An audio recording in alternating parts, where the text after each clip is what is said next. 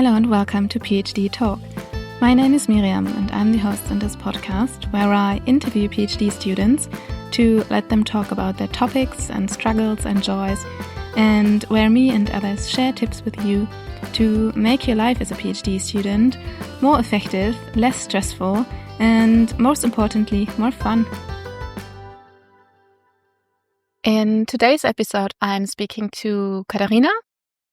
Catarina and I are both part of the same EU research project called Nutri2Cycle, which focuses on making European agriculture more sustainable. In particular, we are exploring ways to use nutrients more efficiently, moving from a linear approach to a more circular one, and with that, reducing the negative environmental impacts that agriculture has in many places. Catarina is a PhD student at the University of Lisbon in Portugal, and she studies apple orchards and vineyards. For the apple orchards, she's investigating how animal manure can replace mineral fertilizers, either partially or entirely. And for vineyards, she's exploring how satellite images can improve fertilisation schemes. I hope you enjoy today's conversation, and then let's talk science. Today's introduction is in Portuguese. Olá, o meu nome é Catarina Esteves, eu sou aluna de doutoramento no Instituto Superior de Agronomia, que faz parte da Universidade de Lisboa, e estou a tirar o doutoramento em Engenharia Agronómica, e faço parte de um projeto da União Europeia, que é um projeto da Nutri2Cycle. E pronto, estou agora a começar o meu terceiro ano de doutoramento e estou a gostar bastante. Hi, Catarina. Yeah, Miriam. Nice to be here in your Lisbon office. Yes, thank you too for receiving me and for interviewing me. I feel like you're receiving me. It's your home. Welcome, then. Thank you. Maybe we start with your life prior to your PhD. How did you end up in a PhD? Here, yeah. What did you do before? Okay, so I always wanted to. I'm in the agronomics field, in agricultural field, and I always knew I wanted this because my family is from the countryside of Portugal. So I was born visiting the vineyard or visiting trees that my uncle would grow. And so I always knew I wanted agriculture, something related to agriculture. And I live nearby the place where we are to now, which is Superior Institute of Agriculture in Lisbon. So I live nearby, so this faculty was always a choice, was always my first choice. And then I entered the bachelor, and then the master, and then PhD. I'm a very stable person, and I usually joke. Okay. Always the same course. So you knew very early that you wanted to be in agriculture? Yes. I like the field. I like being in the field. Okay. I did not like to be inside an office. Yeah. But being in a PhD has changed that a bit because I also like the computer work. Yeah. It's grew on me. It grew on you. Yeah, it's good to not do 100% of one thing. Like, not 100% of field work and not 100% of computer work. It's good to vary, to change a bit. Yeah, sounds good. I only do computer work. Yes, it must be difficult because you have to be all the time like focusing on writing. So it should be. Yeah. And if you're taking us to the fields, what is it you do in the fields? I can take you there. So I work in an orchard, an apple orchard, and there my field of expertise is fertilisation, soil fertilisation. And so in the orchard, what I did is I apply manures, animal manures, within the framework of the project that we're in. And I also have a work in the vineyard where I use satellite images to identify spatial variability of soil characteristics and crop characteristics in order to define specific areas that can be managed differently within a field, within a vineyard. And so I can adjust the amount of input I use in order to receive the optimal yield possible of a field, to achieve the maximum potential of a field. Okay. So the main goal, sometimes it's difficult because it almost seems like two separate trials, but the main goal is closing nutrient loops and increase resource use efficiency, so we can use our resources as efficiently as possible. So if we start with the orchid, what exactly is it that you're trying to find out? Okay, so in the orchard, I'm trying to reduce the use of mineral fertilizers because they have some negative impact to the environment. And I'm replacing them with the animal manures. And I want to see if by replacing the type of fertilization, if the crop productivity, it's not impacted, it's not affected, and if there isn't an increase of greenhouse gas emissions, if there isn't an increase of environmental impacts. So I might reduce the impacts from mineral fertilizers, but I might increase it by using materials that will increase the greenhouse gas emissions from the soil. So it's like I have to weigh the options to see which one is the least harmful to the environment. Okay, so it could be that you have the very impacting part of the mineral fertilizer is when it's getting produced, and then for the manure it could be the very impacting part is when you're applying it to the soil, and that shouldn't be more than.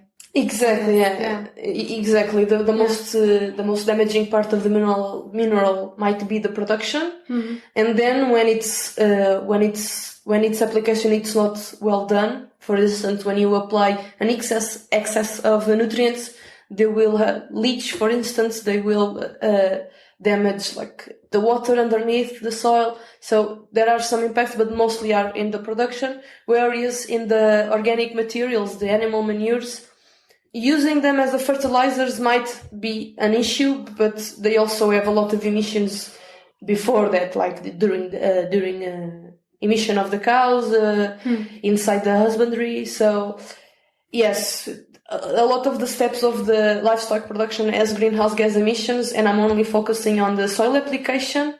And yes, I have to balance them. Okay, so you're applying the manure between the trees.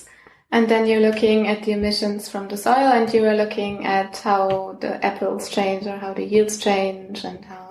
Exactly. I apply them, and then I see the impacts on the crop, because if I want farmers to use these materials, I have to be able to tell them, okay, you can use them and you will not lose money in the productivity. Of course, there might be some changes in the transportation of fertilizers and the tractors that they need to apply. There might be some differences there, but what I'm focusing is on productivity only, at that aspect only. So yes, I have to be able to tell them, okay, you can use them and not lose money in productivity. Okay. And perhaps even spend less money, because many livestock producers are willing to give them the manures for free, so they will spend less money on fertilizers, hopefully, if there's a consortium that it's possible to achieve. So, yes, first I have to have the results to tell them. I need to convince the farmers, so I have the productivity, which is where they gain most of the livelihood, so they cannot be affected by this. Okay. So it's not only like environmental, but also like almost societal. Like I have to make sure that the farmer doesn't lose money as well, or else they will not adopt these measures. And would you like to walk us through such an experiment? Like, how can I imagine you to conduct an experiment to see the fertilizer value and the change in the crops or in the apples? Like, for sure, for sure. So what I start by doing is the fertilization part. So the fertilization in the orchard was done when the flowers began blooming, which is when the tree, because this is a permanent crop. The permanent crop, it has an active stage and a dormant stage. So the active stage is where the tree is growing, is giving nutrients to the leaves and to the fruits. They're giving nutrients first to the flowers and then the fruits, of course. But this is when they're beginning their activity, and during the dormant stage, nothing happens in the trees. It's dormant, it's sleeping. So I give the nutrients when the plant needs it, and it's about the blooming part that the plant really needs the nutrients, and that's when I apply it. And then I measure the greenhouse gases during this stage. So here in Portugal, the blooming this year started in May. So that's when I applied the materials. And how do you apply it? So we have a tractor with a gadget that opened the ditch in the soil, and I put it about 20 centimeters from the plant. Imagine from the plant to the interrow. So I put it 20 centimeters from the plant. I opened the ditch, and then by hand I applied the materials, and then I used the picket to close the ditches. So the materials were applied at depth. Okay, so it's below ground. It's below ground, exactly. Below ground. By doing that, we potentially, because it was not measured, but the ammonia emissions were decreased. Okay. Because it was not spreaded, it was put on the ground. Yeah. So then I did the greenhouse gas emissions, which were done during this active stage of the crop. And how is that done? It's done with it's a bit complicated, but I used a device, a photoacoustic device, and it can retrieve air samples from chambers that we have on the field. So we have, imagine, chambers that are dug up into the soil. So the bottom part is opened where the soil is, and then it's closed above, and it retains air. And I take samples at determined times. I use this device to capture air samples from these chambers, and then the device tells me the concentration at each of the defined times I take the sample, and then I can make a linear regression with the concentration of the gas at each of the time I sample air from the chamber. So by having the emissions from the time, I can say, for instance, during the active stage of the crop, which is, for instance, 3 months, it was somewhat the duration, we emitted how much grams of carbon, for instance, or how much grams of nitrous oxides, and then I can see the global warming potential of using these materials in the soil. Okay. So, yeah. And I also see, for instance, because I can have a good amount of nutrients in the soil, but I have to do some leaf analysis to see if the plant is being able to retrieve nutrients from the soil. Okay, how can I see that in the leaves? In the leaves, yes, I have to collect leaves. There are some time intervals that I have to collect the leaves. In the apple orchards, I have to collect it after 90 days after full bloom, so I can compare with the literature. Otherwise, this value tells me nothing, So I retrieve the leaves, and then I dry them, and I ground them, and then I analyze it for nitrogen content, for instance, and it tells me the nitrate that it's in the leaf, and I have an interval, an optimal interval. If it's below that interval, I know that I have to increase nitrogen fertilization. Okay. If it's higher, I decrease. It's the best is to decrease nitrogen fertilization. So it gives us information what is happening inside the plant. If it's healthy, if the plant is being able to retrieve these nutrients. Yes. Okay. And what have you seen so far? Do you have? Yes, I have some very interesting results. These organic materials, the animal manures, are not only good for increasing organic matter, they are also very rich in micronutrients and other macronutrients. And so the leaves were richer than the control, which received the mineral fertilizer. So there is a difference because, for instance, the mineral fertilizers, the nutrients are in the mineral form, which means they are rapidly absorbed by the plants. And in the animal manures, the nutrients are in the organic form. And so the microbes must decompose the organic form to be in the mineral form. And then once it is in the mineral form, it's when the plants are able to absorb these nutrients. So it's a slow process. And to see that the plants were being able to retrieve more nutrients in the organic treatments was a very good outcome, which means that the nutrients, the mineralization rate was enough to accompany the plant, to, how do I say this, but to accompany the rate that the plant needs the nutrients. Okay. So, for instance, there are times where you apply mineral fertilizer and it does not match the timing that the plant needs. So you have plenty in the soil, but the plant don't want it, So what it will do, it will either not evaporate, but release gases to the atmosphere, or go to underground, to the underground waters, And so it will not, it's a waste of resources. And using organic materials with a slow mineralization rate, it's good because once the nutrients are available, the plant can absorb them. And it's not in too much quantity. And you can also supplement if the organic materials are not able to sufficiently fertilize the crop, you can also supplement with the mineral fertilizers. So you can combine the two and have like the best of both worlds. And then when we go to the apple, did you see any changes in the apple, or were they just as happy? Or they were just delicious. Yes, I tried from all the treatments myself.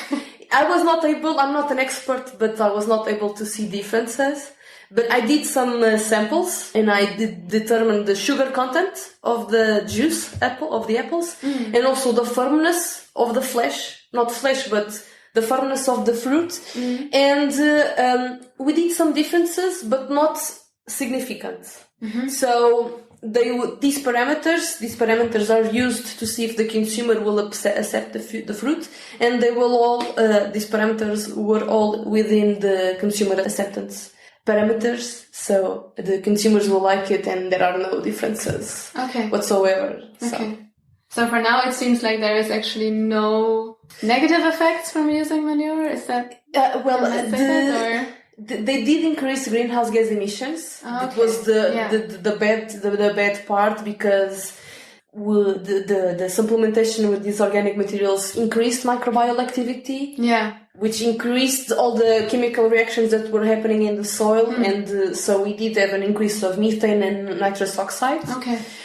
So far, this is the only negative outcome, but we did study different materials, and using cattle manure was the best one, was the least pollutant one, to put it this way. So if you ever want to try it, use cattle manure, okay? So it's a statement now. Okay. So apple, orchid, and cattle manure. And cattle manure, Good combination. Good combination, yes. And if you can also supplement with mineral fertilizers to have the enough fertilization, and also organic matter in the soil, and a good tree health. But and until now, is there any farmers in Portugal who are doing this, or are they? Some are doing this. Yes, we have a big region of palm trees that we have in the center-west region of Portugal, which is called Alcobaça, and this is where we grow most of the palm fruit, apple, pear, and they are starting to use them. Yes, because we have a lot of pig farms there, so they are taking advantage of that, because this production of pig are giving them away, are giving the manure for free. So the farmers want to see how can they take the best advantage of this offer. So so it's now it should be optimized, and the farmers need more information about if I apply the cattle manure or the pig manure, how do I need to change my mineral fertilizer? Exactly. Yeah. How can I adapt my plan by adding this new input? And at the same time decrease other inputs such as mineral fertilizers, which are very expensive now. So yes, it's when there is a not only environmental but also economic pressure to change these habits. So it's changing now. Makes sense. Nice. And then we jump to the second topic. Yes, for sure. That you were doing about the vineyards. So you're using satellite. This is a bit different. Sometimes it's difficult to explain, but I use sensoring images. And you get them from? So one is obtained for free. So the European has a space agency per se, and it has a program. It's called Copernicus, and they built a satellite. I think this is the second satellite. I don't know for sure, but they built a satellite. It's called Sentinel-2. It's already in orbit, and they give us spectral information about the surface of Earth, and I use this information to calculate NDVI, which is an indicator that can inform me about the greenness of a canopy. By using the spectral information, I can know if a place is more green in compared to other places. Okay, so if I imagine that right, you have the image of a vineyard, and then you can see, okay, the left corner is actually greener than the right corner. Yes. We actually build a map. This is normal. It's interesting because it seems something new, but it was actually done in 1972. So I'm still doing it now, and it has already 50 years of studying, so it's very interesting, okay. But I put a map, and visually what I see is green and red parts. Green with the green vegetation, and red with less green vegetation. For instance, brown vegetation, it's what it is. Like brown, it's dying, not good health. Okay. That's what and by knowing if a vegetation is green, I can know that green is from the chlorophyll, so which means the leaves are photosynthetic. They're active in doing photosynthesis. So I know that they have a healthy level of nitrogen content within. So if the leaves are healthy, it means the soil must be healthy as well. Okay. So it's a correlation that it's done. It's not a direct correlation, but it's like a proxy information. And that could then help farmers of vineyards to fertilize in the optimal way. Yeah. For instance, they will go to the red regions where the vegetation is dying and increase the application rate of fertilizers, for instance, to help grow the vegetation back to health. And you can see the response. Like, I mean, I have no idea, but how long does it take? Like, okay, I can see the right corner of my field is. Or my yard is very red, and now I'm applying the nitrogen fertilizer. Like, when would I see any difference, or how does that work? I mean, with permanent vegetation like vineyards, it's not so quick, the reaction. But, for instance, I use satellite images, so they are taken at one point in time, and I analyze it 2 months later, for instance. Yeah. But you can use, and this is new, drones to see real time what happens in the vegetation. But in terms of response of crop to the fertilization, it's slow. It's slow. Okay. It's slow. Perhaps even in the next season, in the next year. So from past vegetation pictures, I could see, okay, this part of my field maybe needs more fertilizer in the next year, and then I can see if I performed. Yeah, exactly. Okay, better. There are farmers who also use yields. Unfortunately, I was not able to harvest the trees, so I don't know. Perhaps, for instance, by adjusting the amount of fertilizer used in these border areas, in these areas with less vegetation, I will increase productivity. But unfortunately, I was not able to collect this data. But it's possible to see in the harvest. Perhaps not in the leaves. We'll have like new leaves, but perhaps in the next year, yes. Perhaps in the next year, yeah. Okay. It's when we'll see the results. There's a good adjustment, yeah. So in the vineyards, you're taking the satellite images, and then in the apple orchards, you're taking leaves to see the nitrogen content, right? Yes. Like, why is it is there any reason for why it's sometimes better to actually pick leaves and look at the leaf and grind it? And sometimes these satellite images? Or? It's not a direct, because it depends on a multitude of factors. For instance, we do some image corrections because the soil has influence on the result of the map. Can you repeat the question? Not just if they're like in the orchids. I understood that you like pick leaves and then look at them in the lab. Yeah. And look at the nitrogen content, and then you can relate to the uptake of nitrogen, right? Yeah, exactly. Yeah. And then if you're taking the satellite images, you can also see whether the wine received enough nitrogen. Right? Yes. So is there a reason for why sometimes it's better to actually pick leaves and sometimes it's better to use satellite images, or is it just convenience?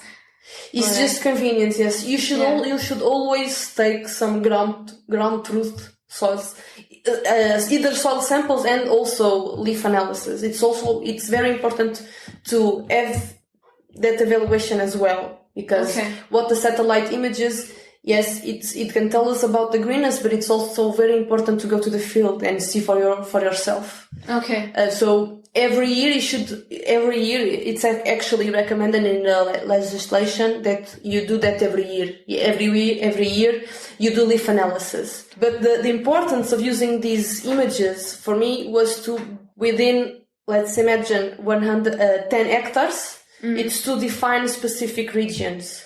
So for instance, I go to this region which has the satellite images is telling me it's very green. I go there and I sample leaf and soil. So, and then every other region that is green, it's going to be similar to that one. Okay. So I will only sample one area, you know. So the purpose is to reduce the amount of time and resources used in characterizing a field and a crop. Okay, yeah, that makes sense. Okay. So, but it's also very important to verify in the field what is happening. We cannot only rely on the satellite images. But that is the advantage, to reduce the amount of effort and amount of money spent in characterizing crop and seeing the crop health and seeing what happens in the field. Yeah. Okay, yeah, that makes sense. I guess when you're standing in the vineyard, it's really difficult to tell. Like, you see all the plants and everything. Exactly, so deciding this is a region and this is another is... Exactly, and there are farmers who have 1,000 hectares. How will they know if in the middle it's lacking? They don't know. The tractor goes there and they don't know. So this is to understand these areas and to... The main goal is to, by defining different areas, to adjust the input that you use in these areas, and then the productivity will be more uniformly in the entire field. So the long run, the purpose is always increasing productivity. Yeah, of course. Of course, minimizing effort. Exactly, and there's a problem with the workforce, with the labor. We don't have enough labor in Portugal. So yes, this is also important to work smart, as we say. Yeah, sure. Makes sense. Yeah, makes sense. And how far are you in your PhD? You did a lot already? Yes, I just finished the second year. Okay, wow. Okay. I just finished the second year, and now it's the final year. Okay. It's the final stretch. Okay. Nice. Do you do anything apart from your PhD? Do you teach? I don't know, is that common in Portugal that you also teach? Or? No, I don't teach. Yeah. I don't teach, but there are in Portugal some colleagues that do teach. But it depends in the research area they are, in the research group there are. Okay. I haven't taught yet. Yeah. Yeah, so enough to do without teaching. Yes, exactly. And the field trials demand a lot of physical work from you. So yeah, I can imagine. We did spend some time in the field, and it's something that it seems like it's going to, it's just one morning, and you go there, and it turns out it's a day's work of, it is a day's worth of work. So. So if you could pin down the joys and the struggles of your PhD. Oh, the struggles are all in your head. Because the struggles will happen in whatever area you're in. So I think that just try to see the bigger picture and not just focus on the struggles of the day, because struggles will happen every day if you focus in them. So if we focus on something else and the bigger picture, But yes, the biggest joys for me is I like being in the field. I like going outside. I like the part that my work day is always different. It's never the same, you know. So sometimes I have lab work. Sometimes I have to do work in the computer. Sometimes I have to go to outside to the orchard, and it's good because you hear the birds and you see the sun. Yeah, those are my joys. Nice. Perhaps the struggles are just. It's okay. We have to look past them, you know? Yeah. It's a good way of looking at it, I think. Yeah, but sometimes it's difficult to try to see the bigger picture, to take it a step back and not focus on the negative. But if you push through, I guess everything is possible, you know? So you can do anything. So. Nice.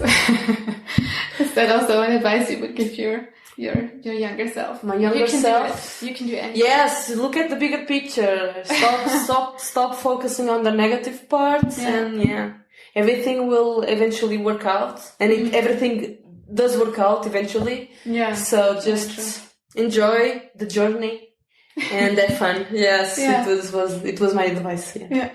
Nice. And then, do you want to stay in academia? Is it? Yes. Okay. It's very cool. It's very different. We know people from all the areas and many countries that we meet. It's nice to meet people from other contexts and other backgrounds. And academia work gives us that. And we also we spend the life learning. So yes, I will stay in the academia for sure. Yeah. Nice. Yeah, thank you, Catarina. Thank you, Miriam. Interview. Thank you. Thank you. Bye-bye. Bye. Welcome back. I hope you found today's episode interesting and gained some new insights into Portuguese or European agriculture and sustainable fertilisation.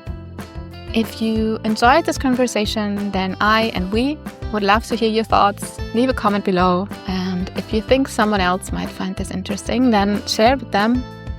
And then I'm looking forward to welcoming you here again next time. Thank you for your time, and I wish you all the best. Yours, Miriam.